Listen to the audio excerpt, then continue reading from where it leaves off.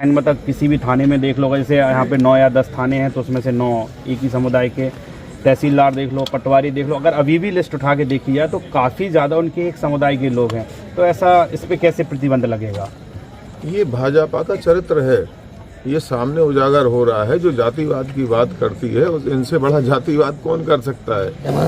नहीं, मेरा कहना ये है, निश्चित तौर पे मैं जातिवादी आदमी नहीं हूँ, और जिसके साथ जनता जनार्दन का आशीर्वाद हो प्रशासन को उसके सामने झुकना पड़ेगा, और गरीब जनता और जो जनता के कार्य हैं उनको करने के लिए बाध्य होना पड़ेगा। जी बिल्कुल सही है, इसमें आप हमारा पावर माने या चलती माने, जो भी आपकी भाषा में मानते हो माने, तो भोकाल माने, लेकिन कुछ भी माने, भोकाल आप माने। मतलब किसी भी थाने में देख लो, जैसे यहाँ पे 9 या 10 थाने हैं तो उसमें से 9 एक ही समुदाय के, तहसीलदार देख लो, पटवारी देख लो, अगर अभी भी लिस्ट उठा के देखी जाए तो काफ़ी ज़्यादा उनके एक समुदाय के लोग हैं। तो ऐसा इस पे कैसे प्रतिबंध लगेगा? ये भाजपा का चरित्र है, ये सामने उजागर हो रहा है। जो जातिवाद की बात करती है इनसे बड़ा जातिवाद कौन कर सकता है? ये पिछड़ा वर्ग, दलित, आदिवासी, अगड़े सब समझ रहे। तो ये चीज़ भाजपा की साफ उजागर है, कहती कुछ है करती कुछ है। गरीबों को गरीब बना देती है, अमीरों को अमीर बना देती है। उनका ये मैनिफेस्टो में, उनके ये चरित्र में, ये आरएसएस के ब्लड में है कि जो गरीब है उनको और गरीब बना दो, उनकी आवाज़ कुचल दो, वो अपना सोचने समझने की क्षमता खो बैठे। और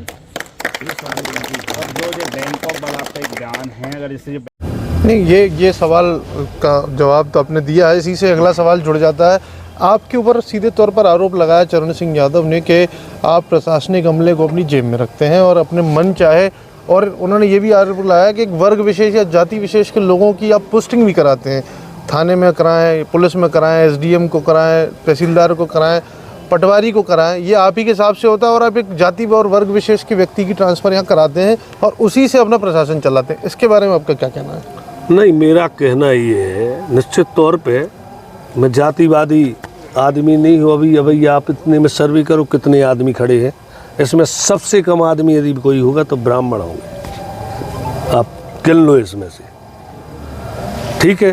सवाल आपके समर्थकों का नहीं, प्रशासनिक अमले का। जहाँ प्रशासनिक अमले की बात है, जब ईमानदार सोच हो आदमी की और भ्रष्ट व्यक्ति ना हो, जिसके ऊपर कोई दाग ना हो, कलंक के दाग ना हो, कलंक ना हो, वो आदमी ताकत से प्रशासन से काम कराना जानता है, और जिसके साथ जनता जनार्दन का आशीर्वाद हो प्रशासन को उसके सामने झुकना पड़ेगा, और गरीब जनता और जो जनता के कार्य हैं उनको करने के लिए बाध्य होना पड़ेगा। जी बिल्कुल सही है, इसमें आप हमारा पावर माने या चलती माने, जो भी आपकी भाषा में मानते हो माने, तो भोकाल माने, लेकिन कुछ भी माने, भोकाल आप माने, लेकिन भोकाल की ताकत हमारी केवल जनता जनार्दन है, दूसरा कुछ नहीं है। और मैं समझता हूँ सब नेता की है। यदि नेता के पास जनता नहीं है तो कितना भी ताकतवर नेता हो उसका कोई सुनने वाला ही नहीं, ना उसकी पहचान होती है। नेता की पहचान जनता से होती है, रुपयों से नहीं। जिस दिन रुपया से नेता बनने लगेगा, आप तय मानिए कि कोई आदमी जो नेता बनने की सोच रखता होगा वो घर से नहीं निकलेगा, केवल गांव की बोलियां लगाएगा, वोटों की बोली लगा के वोट लेगा। हमें शौक़ होगा हम भी उसी मंच पे बैठेंगे, और जिसको शौक़ होगा वो ही मंच पे बैठेगा, घर घर द्वारे हाथ जोड़ने नहीं जाएगा। इसलिए आज पैसे की ताकत नहीं है, इसलिए विधायक प्रतिनिधि को घर घर हाथ जोड़ने जाना पड़ता है, और आदमियों से निवेदन करके कि हमें आशीर्वाद दो, हमें प्रतिनिधि बनाओ, ये करना पड़ता है।